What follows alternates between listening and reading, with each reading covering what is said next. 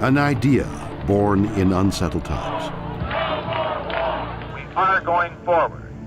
America, the United States, is first in space. Becomes a feat of engineering excellence. The most complex machine ever built to bring humans to and from space. Roger, roll, Discovery. And eventually construct the next stop on the road to space exploration. We are on a true spaceship now. As 30 years of flight draw to a close, its legacy is one of unsurpassed achievement, tragedy overcome, and opportunity met.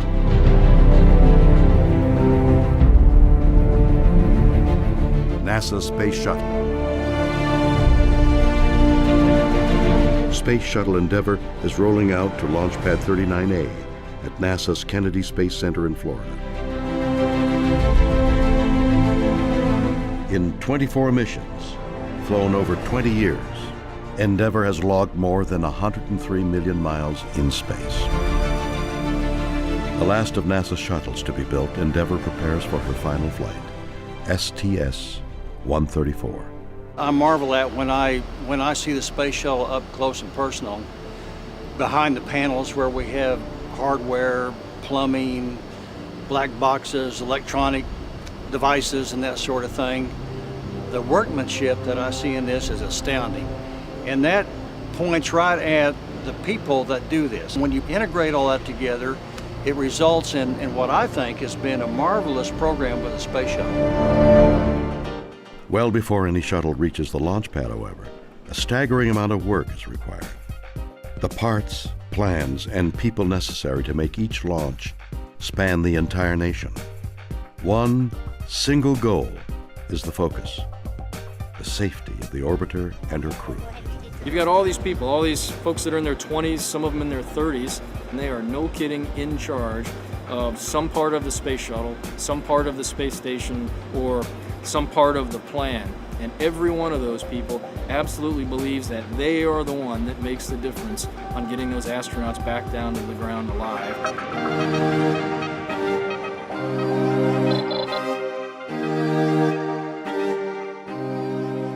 At NASA's Mission Assembly Facility in New Orleans, production begins on the shuttle's external fuel tank.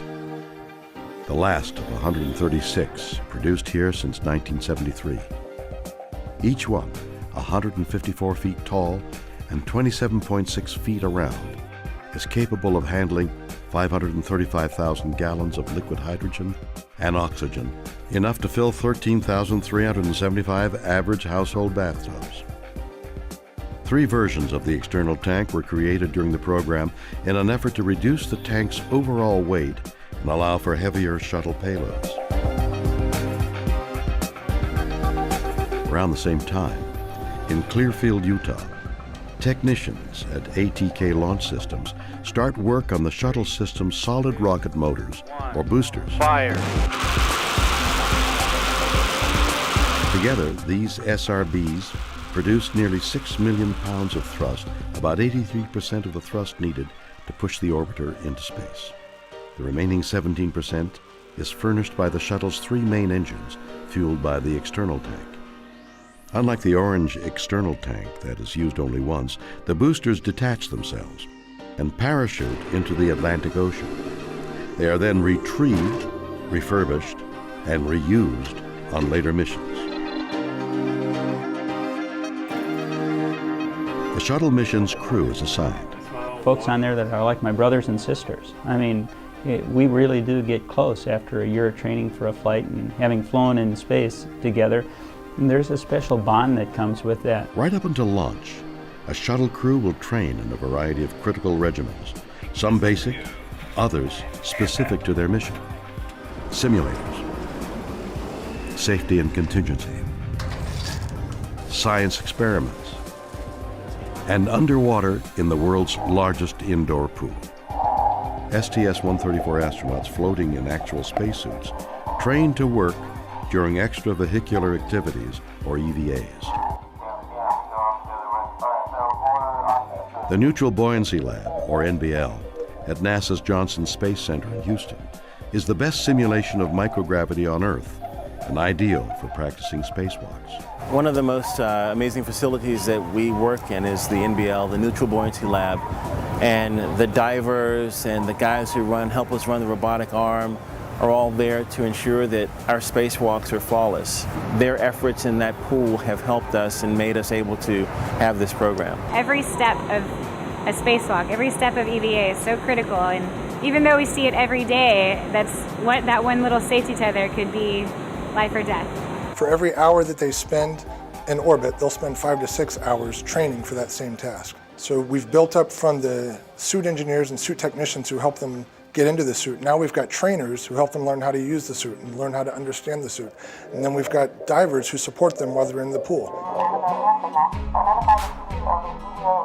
The closer they get to actually flying in the suit, the team of people who help them tends to grow. Maybe not exponentially, but it's certainly getting bigger.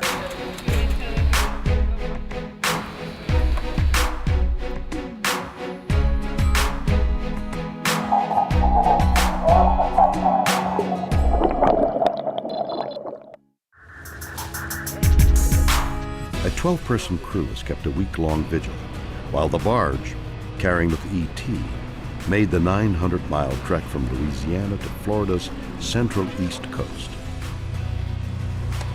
The iconic orange external tank finally arrives at the Kennedy Space Center. 1 month later, the ET is mated to the solid rocket boosters to form the backbone of the stack. Now, all that's missing is the spacecraft itself. When an orbiter returns from a mission, processing for the next flight begins almost immediately. It's a task requiring no less than 650,000 hours of labor. This includes the removal of its 3 liquid fuel engines and their replacement by 3 from a previous mission.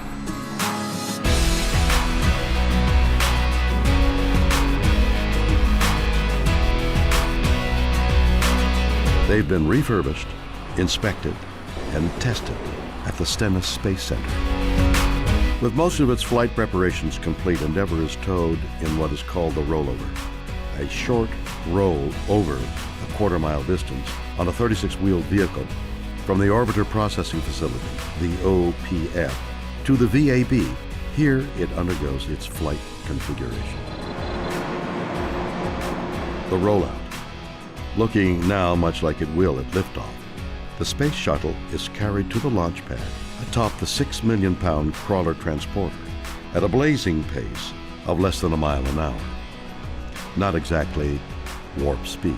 At our peak carrying full load, we get right around 38 feet per gallon. Not too bad for an original 1965 hybrid vehicle with low miles. The 3.4-mile journey takes up to 6 hours. Just enough time to appreciate the route's picturesque surroundings. Kennedy Space Center is situated on a national wildlife refuge.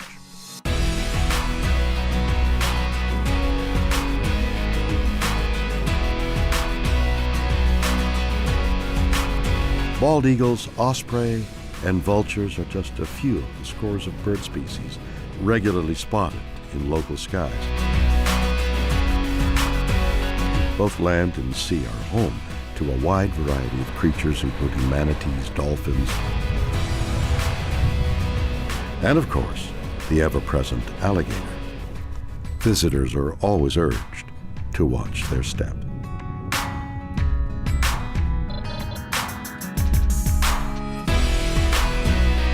Now on the launch pad, the orbiter is ready to take on its main payload. Testing assures that the multi-ton cargo is secured and safely stowed in the payload bay before the technicians certify the orbiter is ready for launch. Flying T-38 aircraft from Ellington Field in Houston, the crew members arrive at Kennedy's Shuttle landing facility. But finally the day comes when you're there and you're getting ready to launch. And you go into launch countdown and it's like going up the hill on that roller coaster. It's full of expectation and you're both thrilled and terrified at the same time because anything could go wrong, but when it goes right, it's a thing of beauty. If there are no issues or concerns, technicians begin fueling the external tank with volatile liquid hydrogen and oxygen. The predominant emotion is pride. There's a tremendous sense of pride in all that not only that you do, but that your teammates do, that people in this very firing room do, and folks all across the country. This is Shuttle Launch Control, T-minus 9 minutes. At the T-minus 9-minute hold, the launch director leads one final pull. We finally come out of the hold at T-minus 9 minutes. I sit back and I watch my data, but I know that there are souls on board that ship whose lives are depending on the launch team to make the right decisions. It's, I don't think about that consciously, the decision-making authority and responsibility. I know it's there, but I do think consciously about the crews and the people we're about to put on top of a controlled explosion and get to orbit. This is the NTD conducting the launch status check. All stations verify ready to resume count and go for launch. OTC, OTC go. TVC, TVC go. ETC, ETC's go. LPS, LPS is go. Houston flight. Houston flight is go. After nearly 3 years, hundreds of thousands of hours logged by engineers, technicians, scientists, seamstresses, electricians, and other program workers across the globe. We have main engine start. 2, 1. Booster ignition. The shuttle makes its way skyward.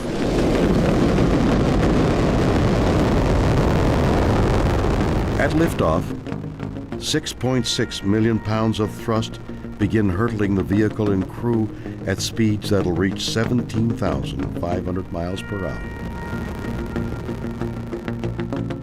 The shuttle is like no other machine ever built.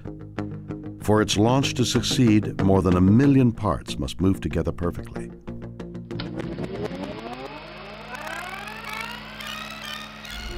How this engineering marvel came to be is an amazing story that begins in the early 1970s. The Vietnam War is divisive and costly.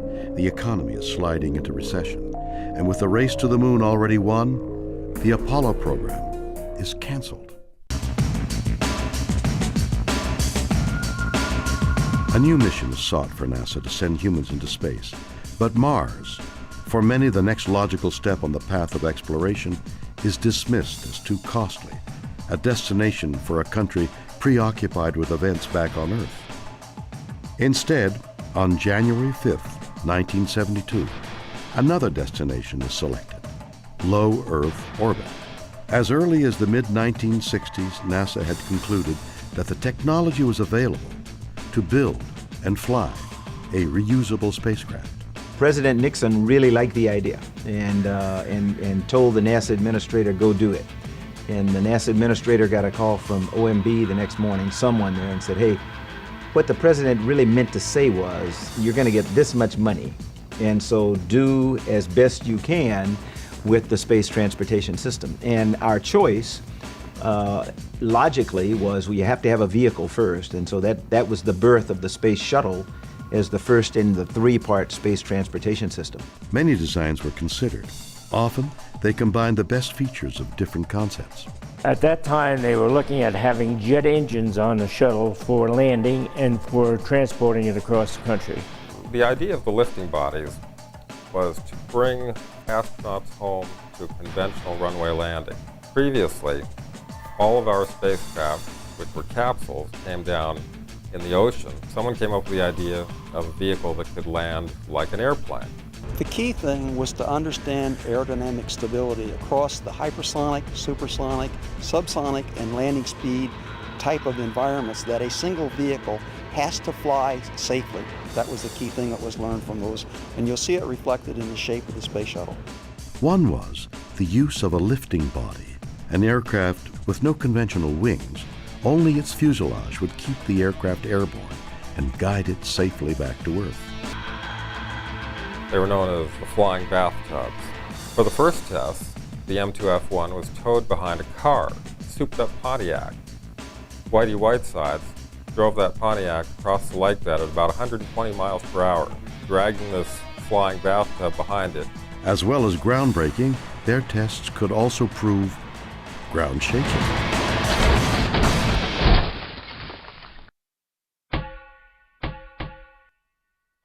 The X-24B, a lifting body with wings, was the first such craft to land on an actual runway, as all shuttles would eventually do. Early on, the space shuttle was going to have jet engines to return for a horizontal landing, much like an airliner. The X-15 had proven fairly specifically that they could make horizontal landings very accurately, unpowered, flying a steep glide slope, that they could do a horizontal, unpowered landing with the shuttle. As they tried to narrow its size, shape, and weight, engineers also considered how this new orbiter would be propelled safely out of the reach of Earth's gravity.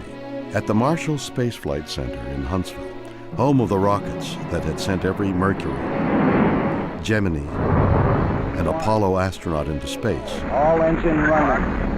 Liftoff. We have a liftoff. design teams would devise the partially reusable propulsion system that would finally be adopted. The main engines were always something we paid very close attention to. Lots of moving parts, lots of high energy in very tight places, and very cold liquid on one side of a very small wall and very hot on the other side.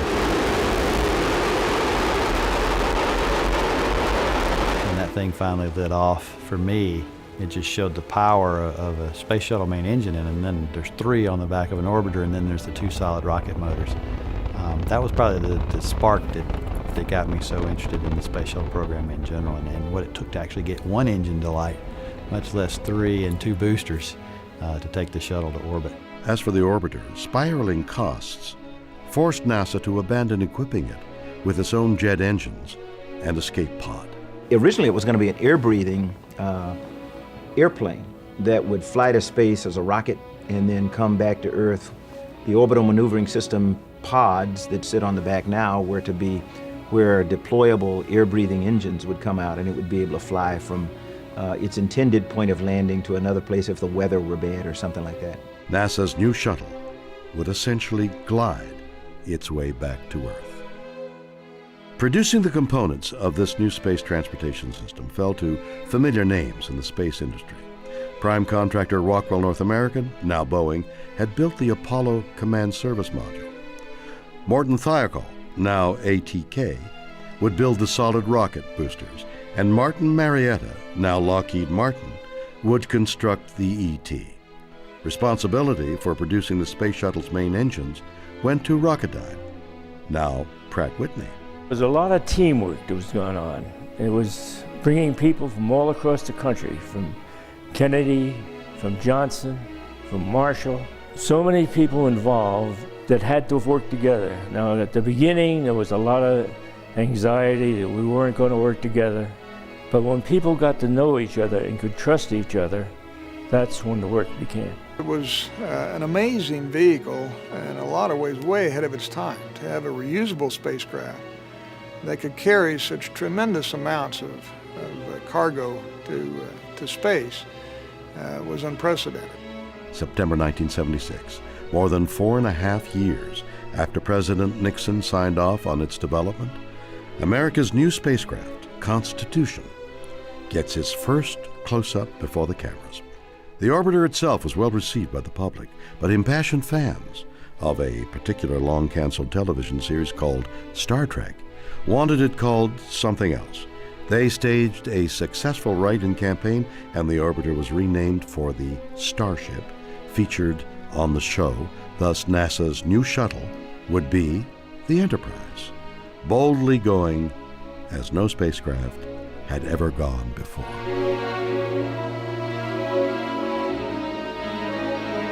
Whatever its name, this bird still needed to prove it could fly.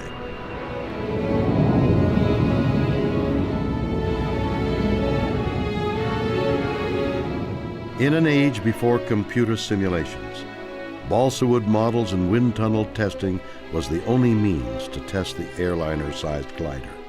We put together a very aggressive flight test profile that consisted of data points continuously all the way down. There was not a matter of 10 seconds went by without another either pitch doublet or a rudder kick or an angle of attack sweep. The things that really turn on a test pilot to fly them as accurately as possible. August 12, 1977. On a crystal clear California morning, high above the Mojave Desert, 2 NASA test pilots ready for Enterprise's first flight. The plan was for Fred Hayes, Jr. and Gordon Fullerton to lift the orbiter off a modified 747, then land on a dry lake bed 15,000 feet below. The thing that we were most concerned about was if we were going to be able to get to a launch speed, if Fitz Fulton was going to be able to put the 747 into a slight dive so that we would have enough lift on the Enterprise to, when we did push the separation button, blow the bolts, to lift away from the airplane without hitting Fitz's tail. And of course, both of us were interested in that happening. The pilots on the 747, Fitz Fulton and Tom McMurtry, sit and wait for the command to release and steer their massive aircraft out from under Enterprise. There were still questions about was it going to actually happen as we expected from those simulations and the analysis and everything.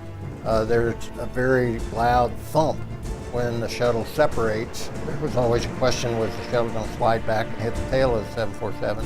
But we couldn't see that, but we could, after a few seconds, we could tell it didn't hit us. And so the chase called clear.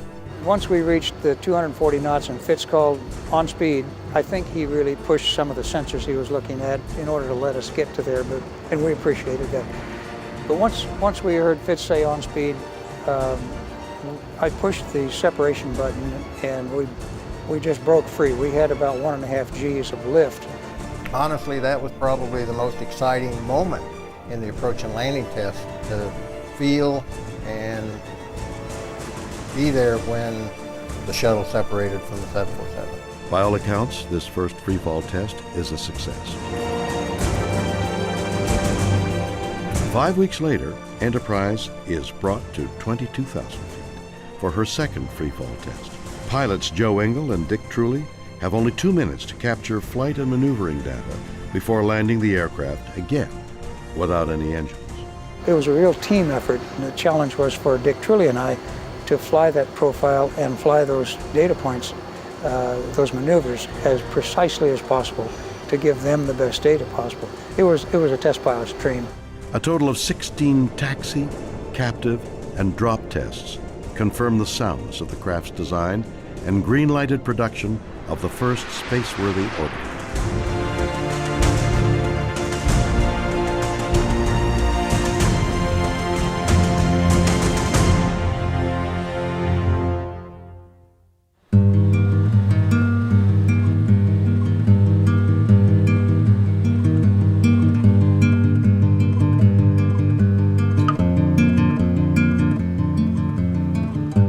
Columbia, NASA's first orbiter, is fittingly named after the first American vessel to circumnavigate the globe. However, Columbia quickly becomes a daunting challenge for NASA. Its complex makeup had engineers struggling constantly to reduce Columbia's weight and simplify construction. Especially frustrating was keeping the orbiter's ceramic tiles attached to its fuselage. More than 25,000 of them fit together to protect Columbia from the searing 3,000-degree heat of re-entry. We were having a lot of problems with the thermal protection system of the tiles. The way we were trying to glue them on, they wouldn't stay on. And we had to come up with a way of making sure that they'd stay on. And we had some really great people that worked that, and that's why it took such a long time. I had hoped it was not going to take that long, since John and I were named as a crew, so we had a lot more time to train than what we'd both initially planned. The requirement was to be able to handle temperatures like 2,500 degrees F that occur on the surface of the TPS, and that's 5 times what your oven is at home that you bake cookies under at max. The other problem is weight, because after all, this is an airplane. So you can't have a metallic system on it that weighs tons. It has to be extremely lightweight. And in fact, the shuttle tiles are about 90% air, and that gives the combination of being able to be temperature resistant and yet at the same time light. Each orbiter has a unique number of protective tiles. Challenger was built with the most, 31,088, while Atlantis has the fewest, a mere 24,177. Over in Palmdale, they had put on their first effort of putting the tiles on to protect the aluminum from the heating they were going to get on reentry. And some of those tiles, when they put them on in the daytime, next morning the tiles were on the hangar floor. And so that was real scary that they could lose some tiles while they were on orbit and really have a problem with the heat coming back on reentry. Columbia had a lot of tiles missing yet, needed quite a bit of work before we could deliver it to the Cape, and we scrounged throughout the city of Lancaster for RTV, which was the material we used to glue the tiles on with. More glue did keep the tiles in place. However, water was literally ripping them apart. It turns out, in the instant we hit rain, the tiles almost exploded. The tiles fabrication process was modified and the problem overcome. Other shuttle design features proved less problematic and more groundbreaking. A computerized digital flight control system, now common in commercial and military aircraft, was developed for the orbiter. In flying the space shuttle, you were so aware that you weren't necessarily talking to the shuttle, you were talking to a computer who in turn was going to talk to the shuttle. Barriers of race and gender were falling everywhere, and America's corps of shuttle astronauts would become more reflective of the nation it served. There's been a lot that the shuttle era has done to bring space flight into the domain of the average person. We know it's not just crew-cut white test pilots anymore. It's essentially the United Nations that flies on the space shuttles. It's people of every description that look very much like the rest of us. The astronaut selection process reflected a changing nation and a changing NASA. At the time, all the astronauts were military test pilots and there were no females, so it was kind of like one of those dreams that you hope will happen someday, but you didn't really think would. The NASA astronaut class of 1978, the largest in the agency's history, came from all walks of American life: physicists, meteorologists, fighter pilots, scientists, and for the first time, women and African Americans. When I came into the astronaut program in '78, there were 3 African Americans that came in at the same time, and it was the first time that NASA had hired African Americans. We had Fred Gregory, who was a test pilot, and then Ron McNair, who was a mission specialist, and I came in as a mission specialist. So all 3 of us were excited about flying in space, and we all 3 of us recognized that we were really going to open up the envelope for other African Americans to fly in space. While the new class of NASA astronauts trained for subsequent shuttle flights, Columbia was undergoing preparations for the program's maiden voyage, STS-1.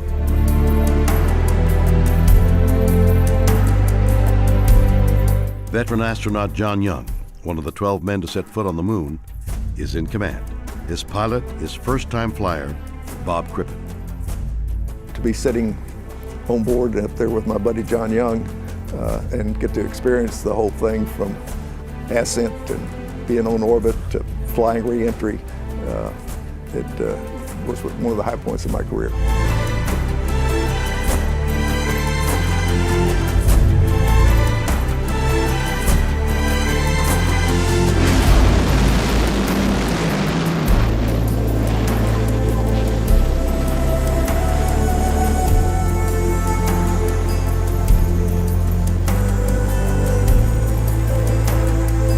Together they would travel over 1 million miles and circle the Earth 36 times. The launch finally occurred. We'd been waiting and postponing, and when it finally lifted off and we knew it was going and achieved orbit, we were all in anxious anticipation for what was going to happen next. Launched like a rocket 2 days earlier, Columbia lands as a glider on the dry lake bed of Edwards Air Force Base in California. Watching out the window, watching the sea and the clouds rush by, it actually gave a sense of speed, more so than when we were up in orbit, being much higher. I think they were all very relieved because there had been some concern because we had lost some tiles initially on the orbit, and they didn't know whether we'd lost any on the bottom or not. Flew down over the San Joaquin Valley. We do a big turnaround to land on the lake bed for that first flight. And I remember when John went into a bank, a big left bank, I looked down at the lake bed, and there's thousands of people out there. And John, look at all those folks, which had come out to see us land. Joe Engel was chased, and hear his voice coming in on final, talking to John Young and Cripp in the airplane that they were right on glide slope, coming in for a landing, and then have that landing, and then have John Young do his Young dance. He was just so elated. It was such a magnificent flying machine to him at that time. The first time I really saw a real shuttle was Columbia, when it was out on the lake bed after the landing, and I'm walking around it. I couldn't believe they sent that big a mass up in the air. People really thought this was all impossible. So what we have done and shown and demonstrated through the shuttle program is we've shown that we can take the impossible and make it possible. Thousands of spectators line up along the landing strip to greet the shuttle and its two-man crew. Anyone who was associated with the program or there just to see the shuttle return, I think felt a lot of pride in our country and our space program. And so those emotions were, finally released, and you said, wow, the flight was done safely. They're back home. The shuttle really does work. It's a great program. It's got a great future ahead of it. Hey, this thing works, and we got it back all in one piece, which is what we wanted to do. While Columbia's return was spectacular, it would renew NASA engineers' worries about the shuttle's thermal protection system. During the post-landing inspection, 148 of the orbiter's tiles were found shattered, and 16 more were missing due to the effects of an overpressure wave. While that and other issues were addressed, the 50-ton Columbia would be placed atop the specially configured 747 and ferried back to Florida and processing for its next mission.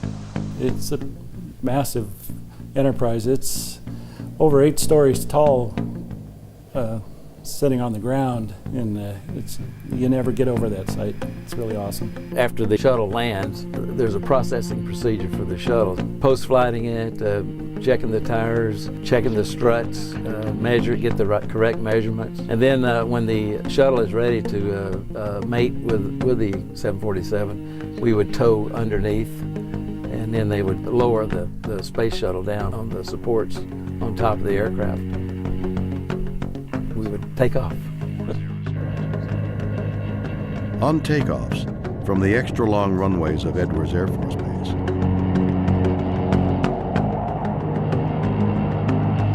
the shuttle carrier aircraft's crew of 4 would soon grow accustomed to the smell of burning rubber.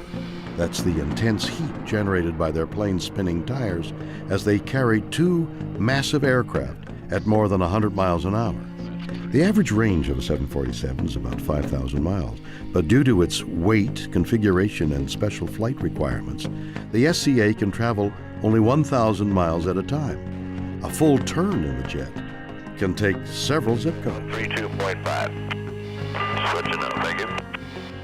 Cruising at more than 250 miles per hour, the jumbo jet burns 40,000 pounds of fuel per hour. That's 130 pounds per mile, or the length of a football field per gallon. No wonder it has to make several stops before reaching Florida's east coast.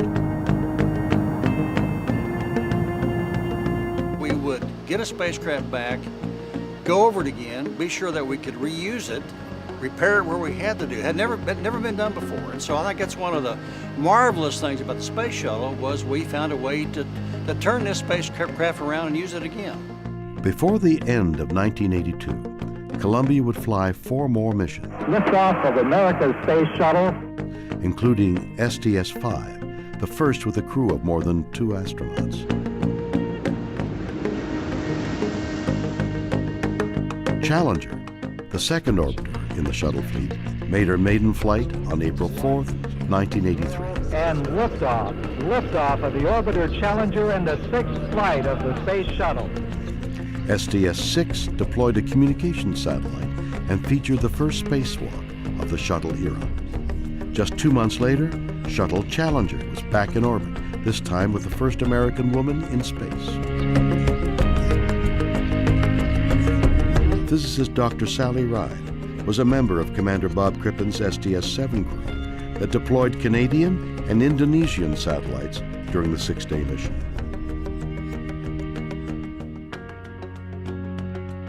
Challenger was ready for flight in less than 2 months, another massive first. Shuttling the first African American to space, and Air Force combat pilot Guy Bluford. For me, it was an exciting moment because it was something that I had been training for 15 to 16 months, and so I was looking forward to the experience of flying in space. We are in an era of brotherhood. We have liftoff of mission 41D, the first flight of the orbiter Discovery. In 1984 to 86, the newest orbiter Discovery would fly a record 6 missions. And liftoff of mission 51D and the 7-member crew of Discovery. Carrying into space satellites, international astronauts, even a U.S. senator and a congressman. 1 year after Discovery's debut, Atlantis flew her first mission. Liftoff of Atlantis. A new orbiter joins the shuttle fleet and it has cleared the tower. STS-51J. It was also one of 7 classified missions the Space Shuttle would fly for the Department of Defense. By the end of 1985, the Space Shuttle program had completed 23 missions, including 9 that year alone. Each successful flight had the unintended consequence of convincing some that spaceflight, once considered among humankind's most inherently dangerous endeavors, had become routine. That notion would soon be tragically dispelled. Well, I am so excited to be here. Amid much fanfare, Krista McAuliffe, an elementary school instructor from Concord, New Hampshire, had been chosen from among 11,000 applicants to be NASA's first teacher in space. I would like to humanize the space age by giving a perspective from a non-astronaut, because I think the students will look at that and say, this is an ordinary person. This ordinary person is contributing to history, and if they can make that connection, then they're going to get excited about history, they're going to get excited about the future, they're going to get excited about space. The American public's interest in its space program was renewed by her participation and was eager to see her off. Commanding the flight was Dick Scobie. His pilot was Michael Smith.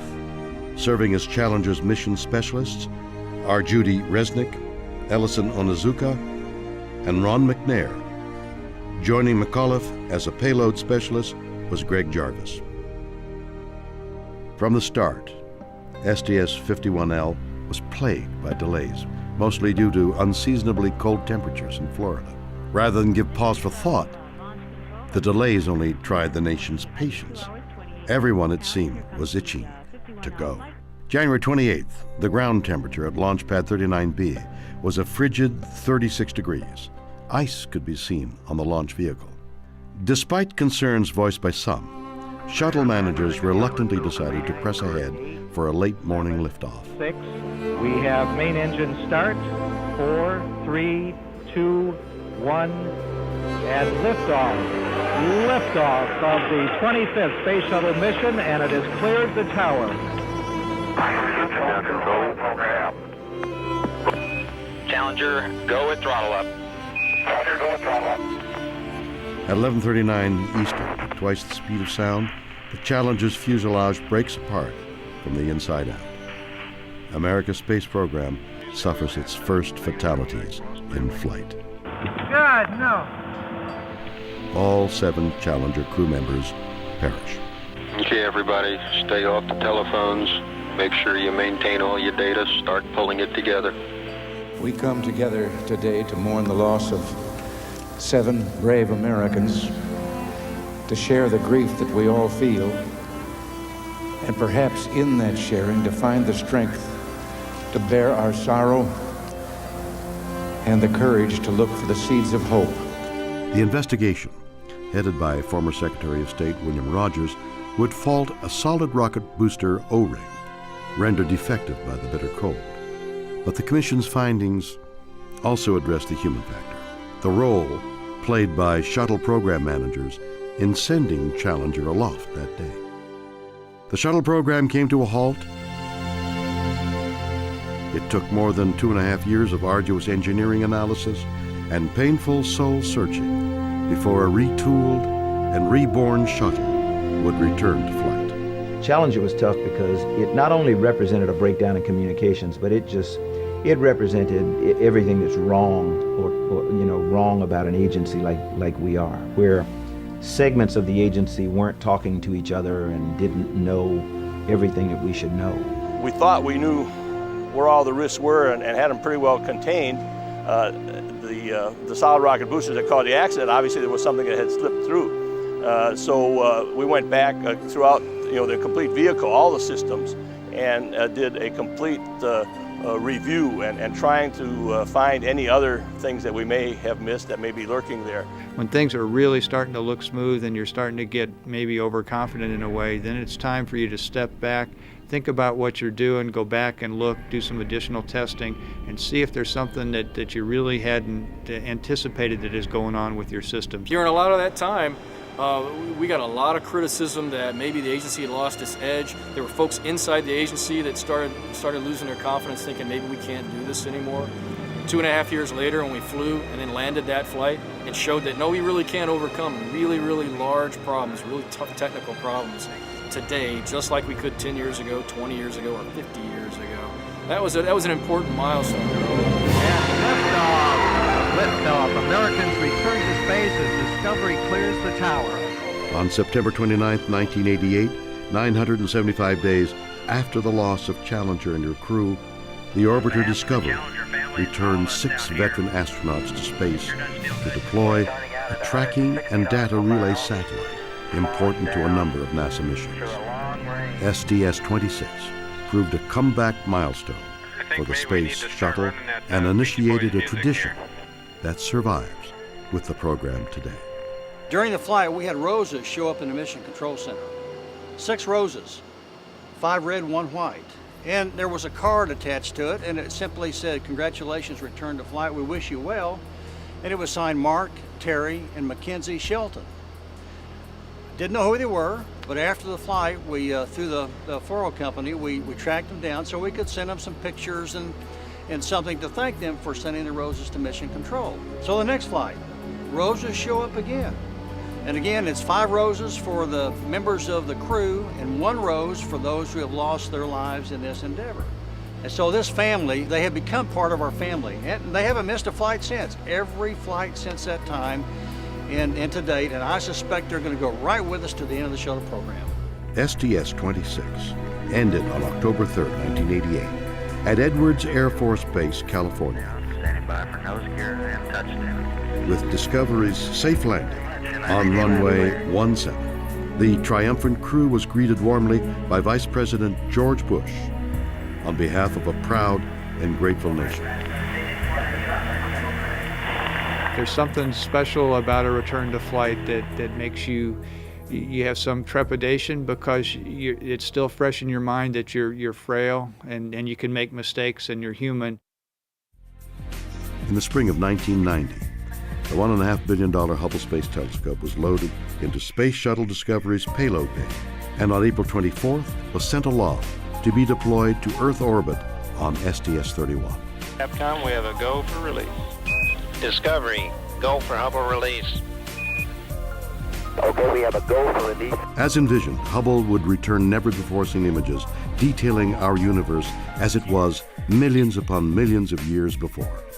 Soon it would become clear that Hubble pictures were not. Several days later, if not a couple of weeks, we found out after we were back on Earth that it had a problem with its vision. And most of us were just devastated, that here we had this marvelous instrument that we had put on orbit and it was going to be useless. It turned out that it wasn't useless at all because even with its flaw, it was still a much better telescope than anything that we had, on Earth. A shuttle mission dedicated to the telescope's repair was planned. In essence, Hubble's nearsightedness would be corrected with a new pair of glasses. Liftoff of the Space Shuttle Endeavour on an ambitious mission to service the Hubble Space Telescope. We finally flew STS-61, which was the first Hubble servicing mission. absolutely incredible mission. Clearly we have a dynamic situation. You cannot take the 84-inch mirror out of the telescope. It's part of structure, too big, it's there. So by putting in one box called CoStar, we're able to correct the aberrated light for 5 other instruments. Of all the space shuttle missions we've flown, it was without a doubt the most ambitious flight, but the one that I think demonstrated NASA's can-do attitude, its technological skill, its technical capability, and the spirit of its people. 2 teams of astronauts made a record 5 back-to-back spacewalks to refurbish Hubble and realize her potential to awe and astound.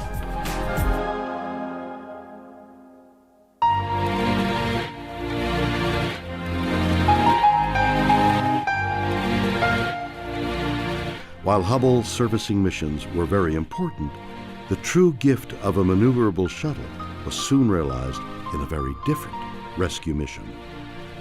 Booster ignition and liftoff of the maiden voyage of Endeavour on a satellite rescue mission.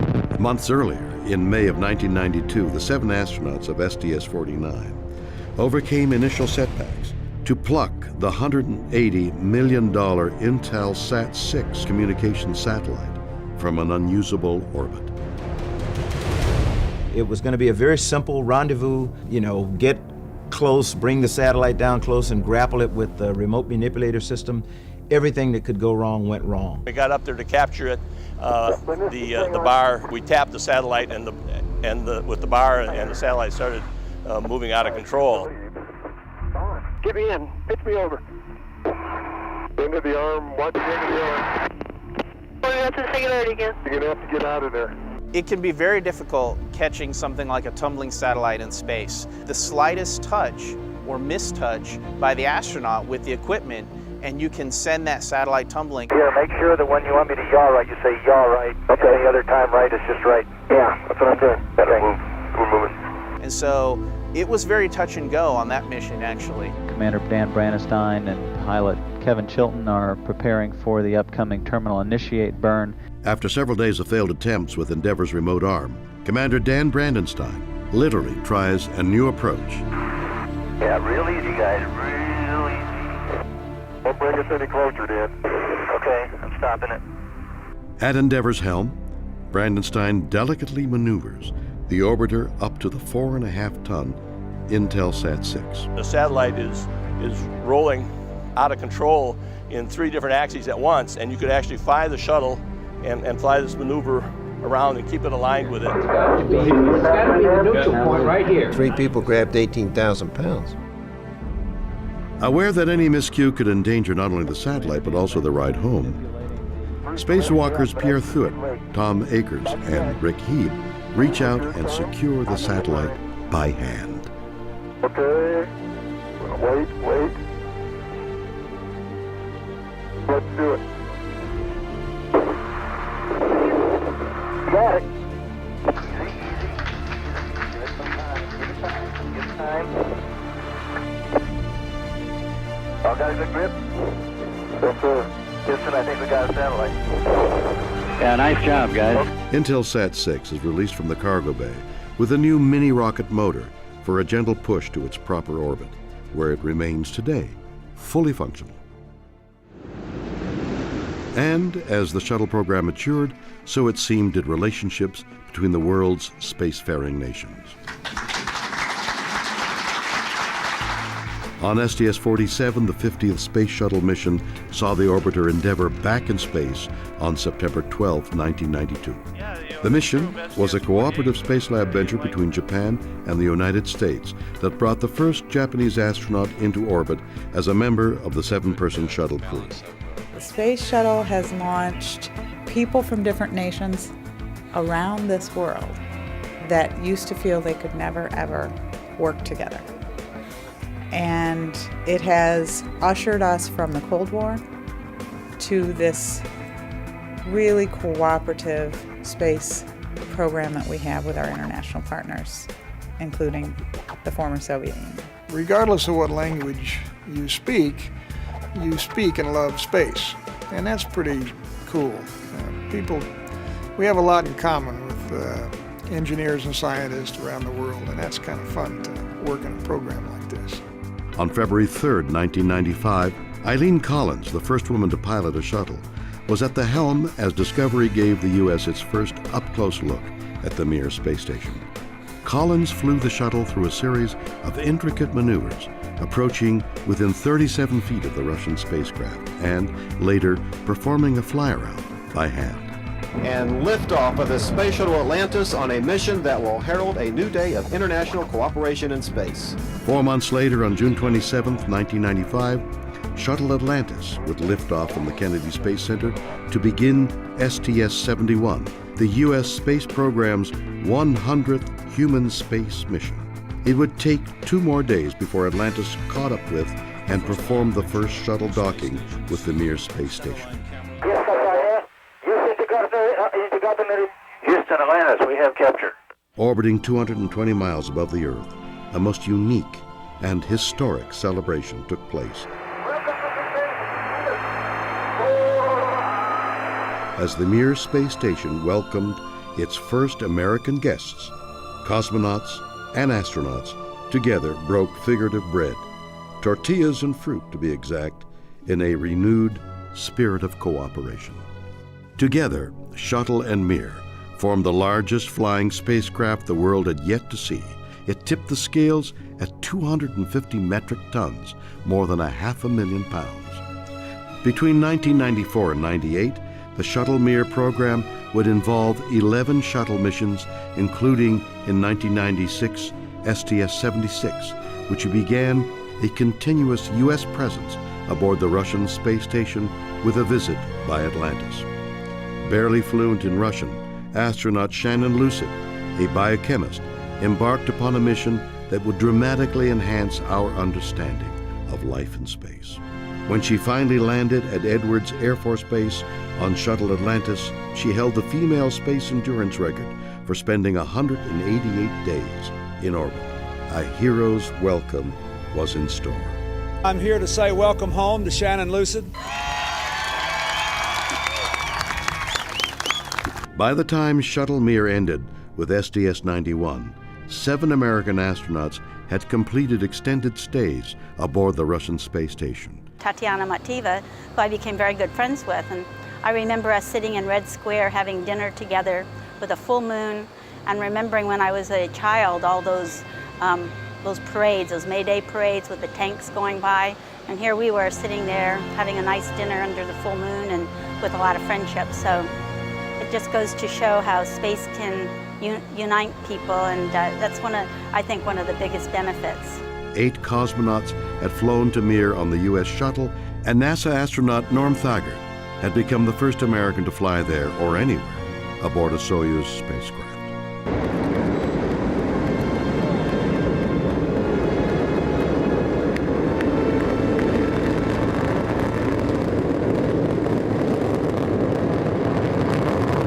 In 2001, 15 years after its commissioning, Mir would be abandoned to break up and burn in Earth's atmosphere. By then, the process of building upon Mir's legacy of international cooperation in space had already begun. Whereas STS-61 had helped establish the Hubble Space Telescope as an icon of American ingenuity, STS-95 would update the hero's credentials of one John Glenn. On October 29, 1998, almost 37 years after becoming the first American to orbit the Earth as an original Mercury 7 astronaut, Glenn, now a 77-year-old former U.S. Senator, made his return to space. In contrast to his first flight, a 3-orbit, 4.5-hour foray inside the snug Friendship 7 capsule, Liftoff of Discovery with a crew of 6 astronaut heroes and 1 American legend. STS-95 would take 8 days and circle the Earth 134 times. My main reason for being on that shuttle flight was to do research on aging. I was 77, we went up, and you know, NASA has charted some 52 different changes that occur in the human body when you go into space for a period of time. And several of those are very similar to what happens to the natural process of aging right here on Earth. Body's immune system changes. You get less resistant to disease and infection. The body's ability to absorb protein back into the muscles changes for the young people up there and for elderly here on Earth. The objective was to take those things that are the same and see if we couldn't find any differences between my experience up there and the younger people I would fly with the idea of finding in the human body what turns these different systems on and off. If we could do that, we might be able to make it possible for people to stay in space longer without harmful effects, and maybe cut out some of the frailties of old age right here on Earth. I really was happy to be assigned to that flight. In an interesting twist of fate, astronaut Glenn not only inspired both the young and old around the globe, but also a fresh political science and economics graduate, Laurie Garver, the 18th Deputy Administrator of NASA. Having the ability at NASA to fly him again in space after his first flight was something we, I think, gave the nation, and it really helped explain what we were doing on the space shuttle. John Glenn was very, very focused on doing those experiments for both, I think, the older generation, but he was also an inspiration to people growing up. Discovery carried a variety of payloads and research experiments. Arguably, the one most valuable was Glenn himself. Not only did he provide first-time data on what spaceflight might do to the body of a septuagenarian, Glenn also renewed the interest of the nation and the world in America's space shuttle program. While the program had and continued to successfully deploy and service science probes and satellites, as well as conduct on-orbit research, the space shuttle undertook a new long-range task perfectly suited to her specialized capabilities. You've got a spacecraft that can carry at least 7 people into orbit, and with those 7 people, you can do a huge amount of work. One mission, you can do multiple EVAs, you've got multiple crew members, you've got a huge payload, just all kinds of capabilities to be able to construct and build bigger things in orbit. Less than 2 weeks after Glenn's return to Earth, a Russian Proton rocket departs the Baikonur Cosmodrome in Kazakhstan, carrying the Zarya module, the first component of the new International Space Station. Liftoff of the Proton rocket and the Zarya control module. The International Space Station is underway. 2 weeks after that, Space Shuttle Endeavour follows up with delivery of America's Unity module, the second piece of this largest space station puzzle ever to be constructed. Houston Endeavour, we have capture of Zarya.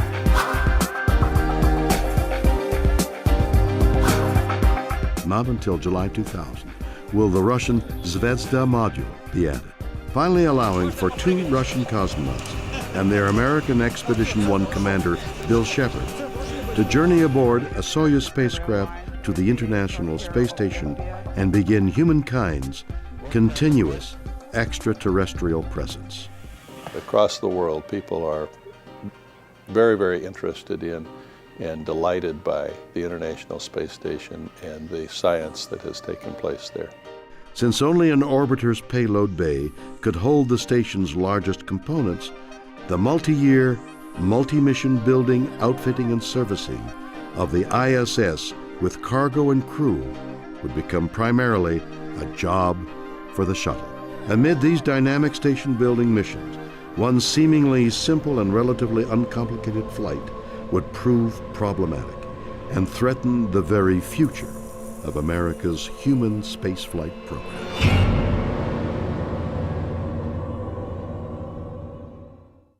Since 1988, the Space Shuttle had completed 15 years of successful missions. Each was unique, each had its own specific goals and tasks, and each had its own dedicated crew of astronauts who'd trained exhaustively to meet and carry them out.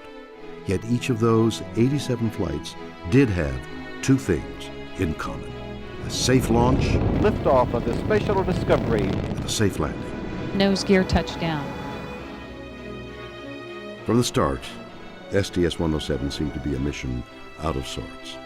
By the time Columbia was finally ready to fly on January 16, 2003, its planned 16-day mission had been delayed no fewer than 18 times.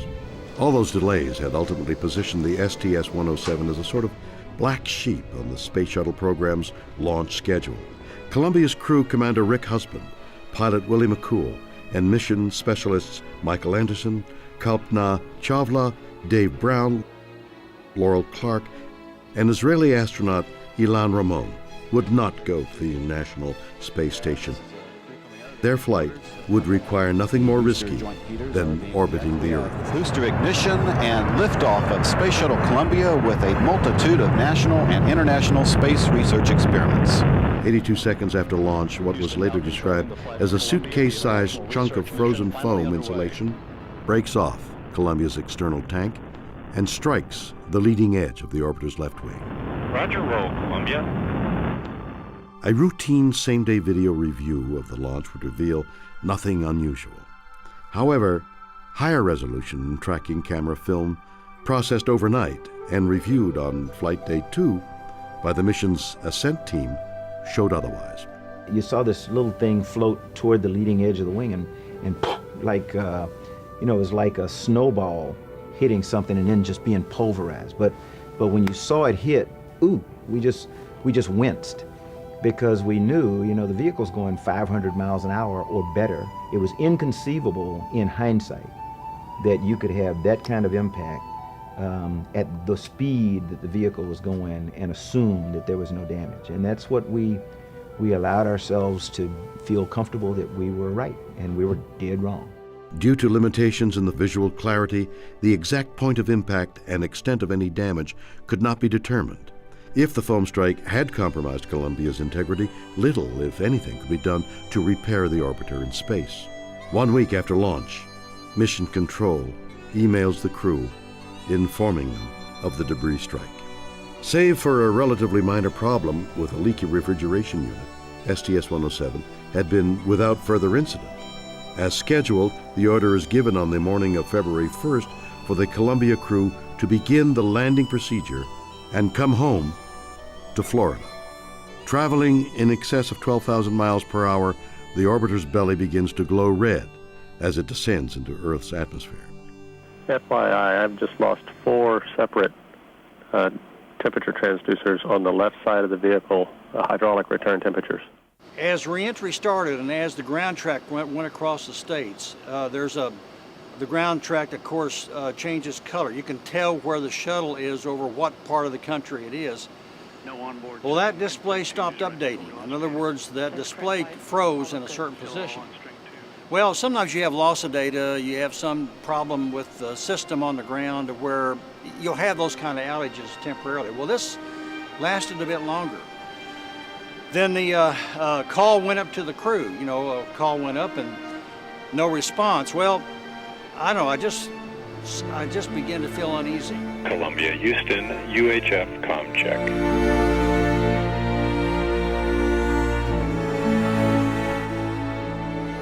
At speeds above Mach 20, the stress becomes too much for the orbiter. We do not have any valid data at this time.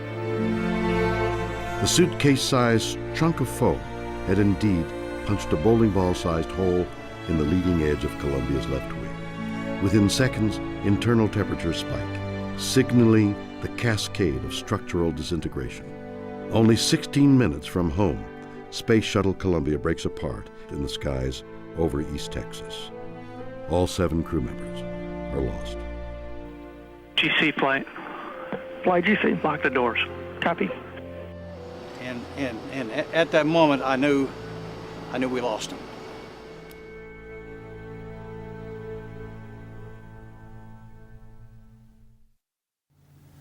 The grief is heavy. Our nation shares in your sorrow and in your pride. And today we remember not only one moment of tragedy, but 7 lives of great purpose and achievement.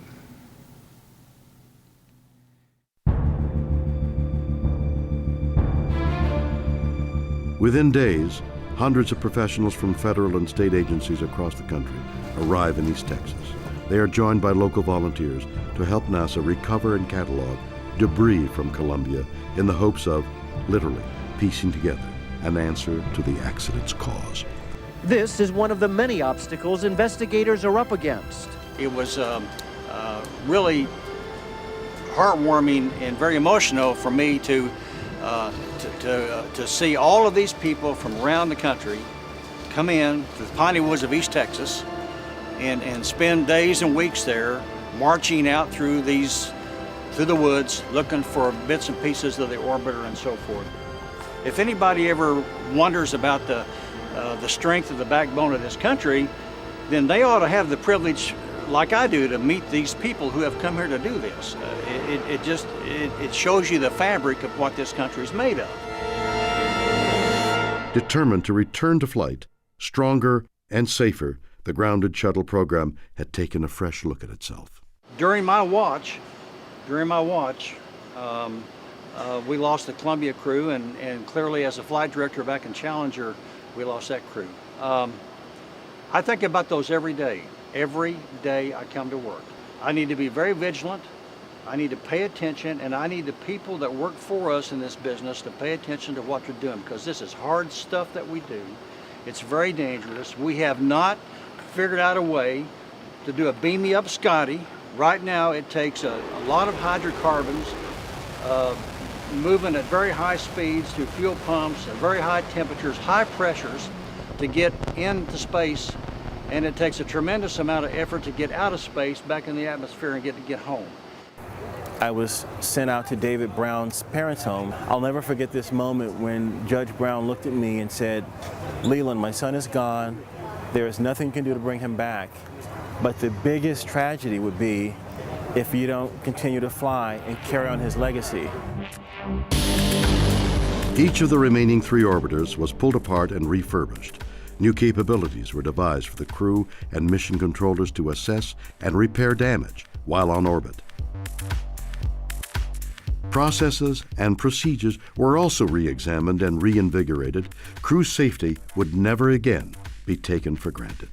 Nearly 2.5 years would pass before the nation would see another orbiter poised for launch from the Kennedy Space Center. By the time that we fly the flight, it's something that it feels like we have flown many times. So if things don't go well, it becomes very, very natural for us to know at certain points during the mission, if this doesn't go well or if this significant system breaks or we have this type of emergency, what's the most important thing we need to do now, because we've been rehearsing it.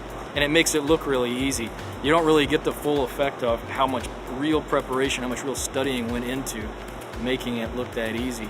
Of all the changes accompanying the shuttle's return to flight, none was more significant than the one announced in early 2004 at NASA headquarters by President Bush. Our first goal is to complete the International Space Station by 2010. We will finish what we have started. We will meet our obligations to our 15 international partners on this project. The shuttle's chief purpose over the next several years will be to help finish assembly of the International Space Station. In 2010, the Space Shuttle, after nearly 30 years of duty, will be retired from service.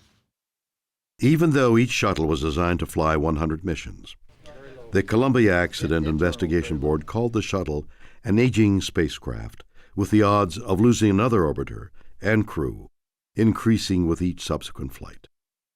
NASA's human spaceflight program was faced with several basic challenges, including coming up with a successor to the shuttle fleet. However, with an impending cancellation of the shuttle program looming, shuttle managers recommitted themselves to the paramount task of safely completing the International Space Station. It would become the program's mantra, to be repeated over and over again, not only to the media but also for every worker in the shuttle program. No launch schedule was too tight and no mission too important to be rushed. We ought to treat every flight, in a sense, as a return to flight. This is truly a test program. We go back, we make sure everything is right, we double check, and then we go commit in a flight readiness review that we're actually ready to go fly. On July 26, 2005, Discovery gets the shuttle program flying again. This is shuttle launch control at T-minus 3 hours as our pilot, flight engineer. We're now into the suit-up room.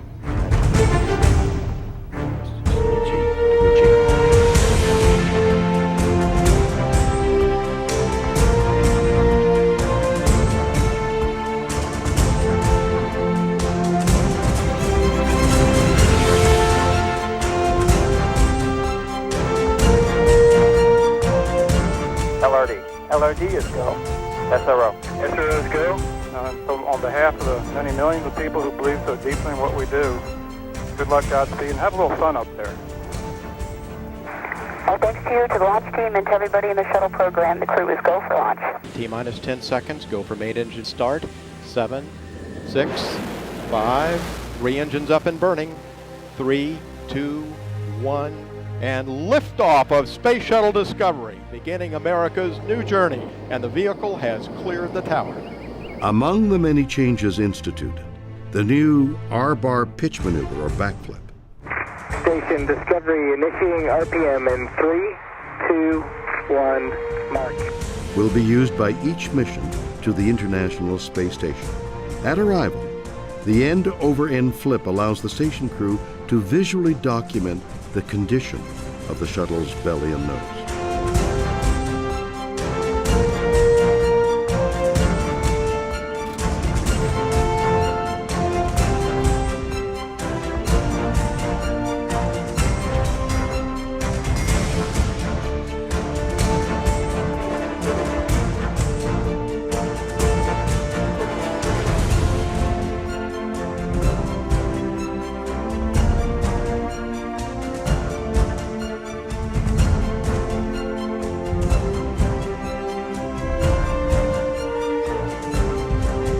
Discovery and the STS-114 crew safely began the final phase of the shuttle program's historic journey with a smooth pre-dawn landing on August 9, 2005 at the Edwards Air Force Base, California. Stevie Ray, Soichi, Andy, Vegas, Charlie, Wendy, and Eileen, welcome home, friends. With this practically rebuilt space transportation system, each remaining shuttle mission would be safer than the one before, and its final flight, the safest. It's almost like we've had kind of 3 different space shuttle programs.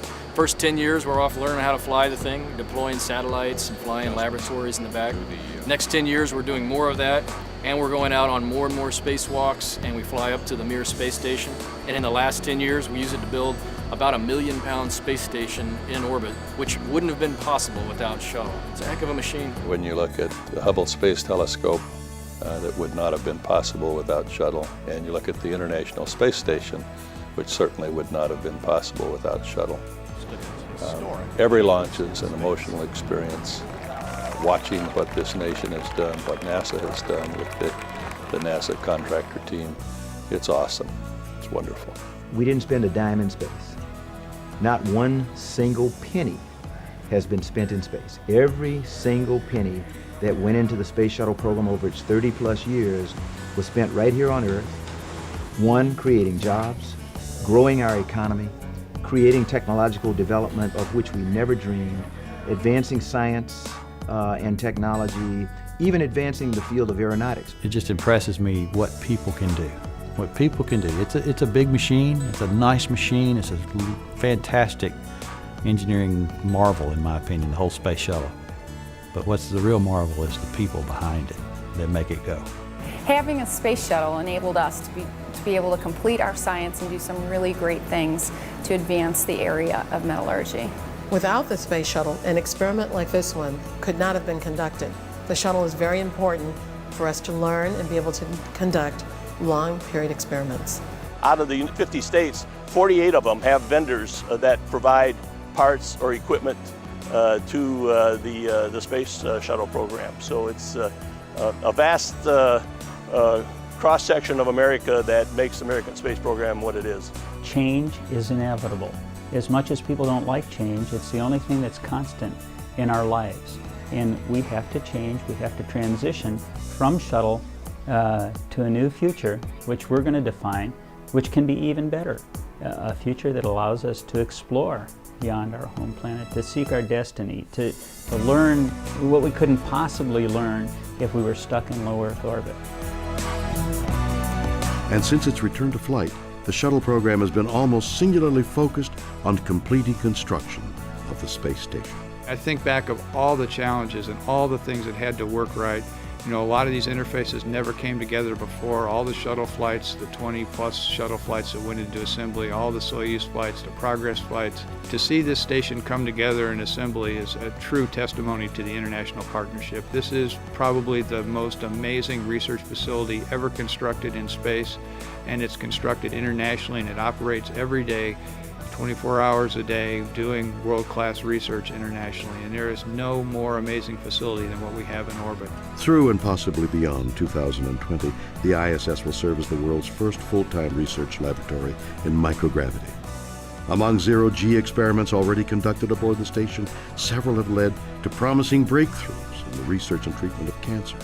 Many other on-orbit science findings have the potential to significantly improve the quality of life back on Earth. In May 2009, Atlantis and its STS-125 crew took to space not to visit the ISS, but to return to the Hubble Space Telescope for its final servicing mission.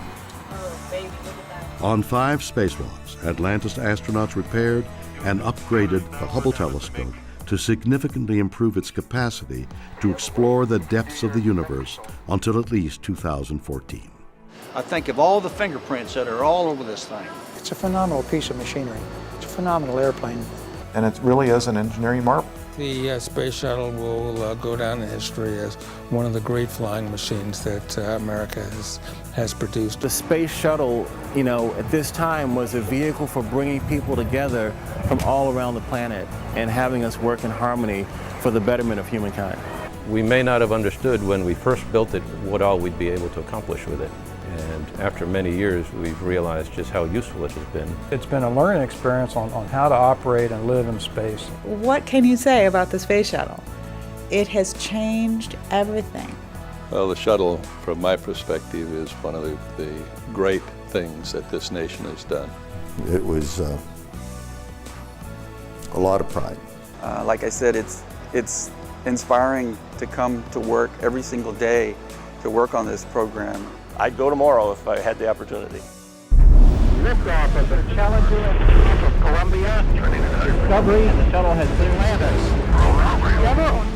For more than 30 years, the fleet and thousands of Americans dedicated to its safety and success have toiled in exhilarating triumph, heartbreaking tragedy, and most often, quiet obscurity. Their contributions have extended beyond the bounds of space.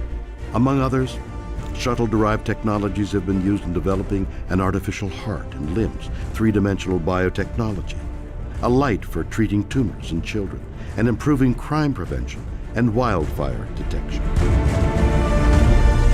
From crawler driver to payload specialist, from scuba diver to pilot, from scientist to engineer, they and many like them throughout the nation share a commitment to sending humankind safely into space.